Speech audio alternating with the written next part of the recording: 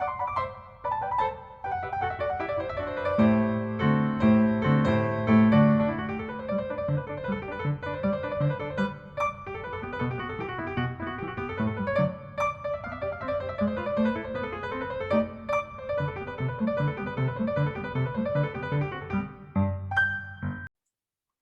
I'm Elaine Smith, the Artistic Director of the Clamour Theatre Company. We're holding these creative conversations with playwrights, with actors, with directors, so that you can find out more about Clamour Theatre and about the artists who work with us. Welcome to this edition of a Clamour Creative Conversation. Today we're talking with Bill D'Agostino, a playwright selected for our 5th Annual Playwrights Retreat, and whose play At My Italian Grandma is going to be read on March 8th as part of Clay and Water 2023 at McCormick Hall in Penny Farms, Florida. Welcome, Bill. Thank you for joining us. Oh, thank you so much for having me. It's great to be here. Yeah, so please introduce yourself and tell our viewers just a little bit about yourself. It can be your bio, your background, accomplishments, hobbies, whatever you'd like us to know. Awesome. Yeah, hey, so I'm Bill D'Agostino. I live in the Philadelphia suburbs with my wife and 2 amazing daughters. My amazing wife and 2 amazing daughters. I've been a playwright my whole life since high school. And I'm primarily a TYA playwright, so theater for young audiences playwright. So write plays for kids, either kids to perform for other kids or adults and grown-ups to perform for kids. And I've had a number of plays produced in the TYA world. And I grew up in the New York suburbs, which is relevant to the play that we're going to be reading. Growing up in a big Italian family with lots of Italian cousins, 3 Italian sisters, a bunch of aunts and uncles. And growing up going to theater, seeing Broadway from a very young age. I saw Heidi Chronicles and August Wilson's Piano Lesson and Rent and all incredible 90s and early 2000s shows when I was growing up. And then got my undergraduate degree in theater from Brown, was a journalist for a little while still writing, and now I actually work as a theater administrator. I've been a theater educator, an artist, and now most recently a marketing director for the Wilma Theater, in addition to still writing and producing and directing and doing all kinds of fun theater stuff. So that's kind of me in a nutshell. You've been busy, so that's great. So let's talk a little bit about At My Italian Grandma without giving away any spoilers. Yeah, so it's kind of an odd couple comedy at start. It's about a young guy in his 20s, Stephen, who goes to live with his Italian grandmother for reasons that are not entirely clear. What's he doing there? Why does he? It's kind of forced by circumstances to live there. And they're at first a little distant. They don't know each other too well, and they're kind of getting to know each other. A little bit of a romantic comedy, generational gap thing going on. But there's something more bubbling under the surface. Some tragedy that has befallen Stephen and some other situations. And while he's living there, he secretly begins quoting her on social media under the profile At My Italian Grandmother, At My Italian Grandma. And that unexpectedly becomes viral and becomes a source of comedy, but then a source of tension. And we'll see what happens. Good. Okay. So why did you decide to apply to the retreat? Yeah, it was kind of on a lark. I saw it from the Dramatists Guild website and was intrigued by the possibility of kind of having some space and time. I'm a full-time working theater person. I have 2 small kids. I don't have a ton of time to write.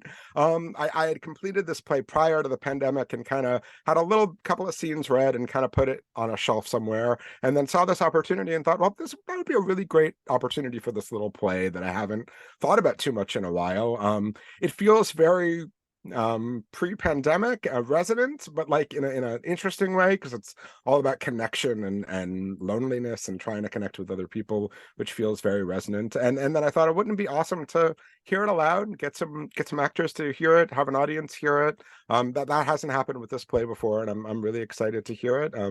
Here, especially in an area that doesn't know kind of the milieu of the play. Suburban New York might be a little foreign to people in Florida, and I think I don't know how what the audience will be like, but I think it'll be really interesting to hear where the laughs are, whether it connects. And I have a lot of questions about the play as I'm revising it that I'm kind of thinking in the back of my head. So yeah. Good. So do you have anything, well, you kind of answered this, anything in particular you're hoping to get out of it? the retreat, as a whole? Yeah, both. I have ones for each of them. For the play itself, I'm curious how time works. I don't know if there's an like I know like it begins right after Christmas and it ends right before Easter. I don't know if that's the right length of time. I don't know if there are the right number of scenes. So like I have a couple of like bigger overarching questions and then small in-scene questions.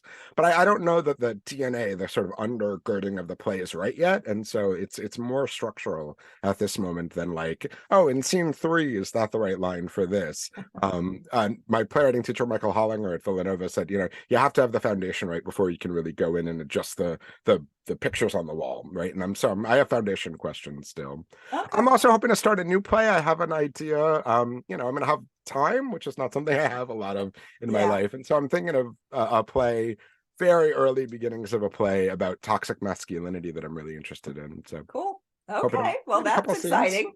Yeah. That's exciting. So do you have a favorite play of your own? I know it's a horrible question. No, hard question. Yeah. That's a good question. I mean, 2 kind of came to mind. One of them is a sister play to My Italian Grandma, which is Making Gnocchi with Grandma, which is actually about a teenage girl and her relationship with her grandmother. It's a short play, and it's meant for kids actually, and it's about Alzheimer's. It's slightly more autobiographical play than this play. This play is very like none of the events in this play ever happened to me or anybody I know. Whereas that play, like my mom did have Alzheimer's, and so it was kind of a way for me to think about her relationship with my kids. Like not autobiographical what happened to her, but like in that sort of deeply personal way. Yeah. And so it was very healing for me in a way, and I the response to it when I've had it read has been really positive. But then there's the one play of mine that's been published that I really also have a really fondness for. I vacillate between these very serious autobiographical like comedic heart opening plays and these sort of fantastical plays. I have a series of plays set in Toyland that is like an elf solving crimes in the Toyland. My very own Polar Bear kind of splits the difference. It's got fantastical elements, but then it also has more realistic elements. It's kind of inspired by Calvin and Hobbes or Knuffle Bunny or Corduroy, these sort of plays, these sort of picture books and stories about girls and stuffed animals. And so it's about a girl and a stuffed polar bear and some of their adventures. Nice. So, yeah. Okay. So now, what are 3 favorite plays that you may have seen or read by other authors, and what do you like about them? Well, just like I cheated in the last question, gave you 2, I'm going to give you 4 because that's fine. Why not make my list of reading longer? Why not? Go ahead. Yeah. So I have 2 sort of classic plays and then 2 more contemporary recent plays. The play that got me interested in theater and was the play I did in high school as a freshman in high school. First play I ever did was Our Town, and this is actually the copy I read. It was my script as a freshman in high school. I played Wally Webb, the very tragic younger brother of Emily Webb, the main character. He's got like 3 lines in the play, but he dies very young, and we see him as a non-speaking role. One of the characters in the end of the play that is in the graveyard. In Our Town, like it just hits all my buttons. It's very beautiful. It's trying interesting theatrical things, especially for its time. I mean, the final scene when Emily goes back and she sees her 14th birthday and sees her parents and sees all the things that she missed about her life and was not present for because she couldn't, because she was living. Like there's something so beautiful about that. I just think that it was daring for its time, and it still feels daring, even though it's become, this classic, and we think of it as like Our Town, very stately play with boxes, but it's actually really daring and theatrical and metaphysical. Anyway, the play that made me want to be a good playwright was Angels in America. I saw it in high school. It's just, it does everything right. It's funny, it's brilliant, it's theatrical, it's political, it's just ticks all the boxes. But I wanted to also share 2 recent plays that I saw. One is a play called John Proctor is the Villain by Kimberly Bellflower. It's a take off of Arthur Miller's The Crucible, and it's actually about teenagers in high school learning the Crucible and kind of coming to terms with the legacy of that play and how it impacts their life. And then there's things that happen in the high school and with their teacher that are resonant to the play and how they learn from that play, but also learn to rebel against some of the lessons in the play. It's really funny. It's really beautiful. It's really empowering. There's been a slate of really wonderful plays about teenagers in the recent years. Dance Nation, Man of God, are just to name a couple that I also really love. But this one just like was really structurally interesting, really beautiful, like such incredibly well-written scenes.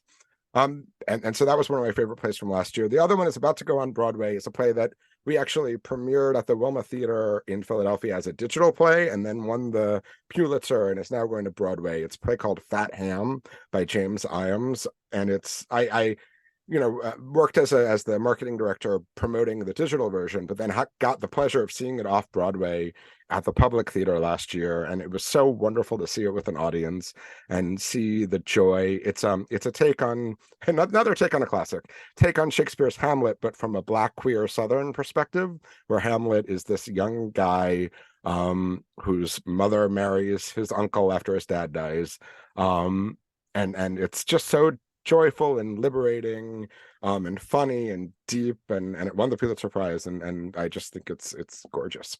Great. Okay. Yeah. And as I always say when we get to this part, I'm like, okay, I'm adding things to my list of things to read. I'll never be done. But speaking of reading, is there a book that has been helpful to you in your development as a playwright? There's one that keeps challenging me that I'm actually thinking I'm going to bring with me to the retreat as something to be inspiring. It's a book called Spaces of Creation, and it's by Susan Zeder and Jim Hancock. Susan Zeder, I hope I'm saying her name right, is a TYA playwright. She wrote Wiley and the Hairy Man, which I was in college, and a number of other beautiful TYA plays. And it's a book. Sorry, the book melds playwriting with kind of yoga and body movement exercises, to kind of remind you. I mean, it does a number of things, but to remind you that like theater is an embodied art, not just a heady verbal art, right? Like we write dialogue, but what we're writing for is bodies in space. And so I often forget that as a writer. I spend so much time thinking about the dialogue, but I want to get better at remembering about bodies in space and what they do. And so I feel like that's going to be really inspiring to use. And I've used it in the past, and like there's something about me that resists it, which I think means that it's something I need to stay with. Yeah, that's probably true. So that's good. Okay, well, that's great. So for our viewers, if you would like to know more about Bill, you can look for him and his work on the New Play Exchange website at newplayexchange.org. And if you'd like to attend the free reading of Bill's play at My Italian Grandma on March the 8th at 7 p.m. Eastern at McCormick Hall, you can make a reservation on Clamour's website, which is also the place to go for information on our other events. That's clamourtheatre.org. You can find us on Facebook as Clamour Theatre Company, and we will post all of those URLs in the description below. If you'd like to see more interviews like this one, please hit the like button and subscribe to our channel. So Bill, thank you so much for taking the time to speak with us today and letting our audience get to know something about you. We are really looking forward to the reading and are very glad you've been able to join us for Clay and Water 2023. Oh, thank you so much, Elaine. I'm so excited for the reading. I'm so excited to be down there in Florida with y'all. Great.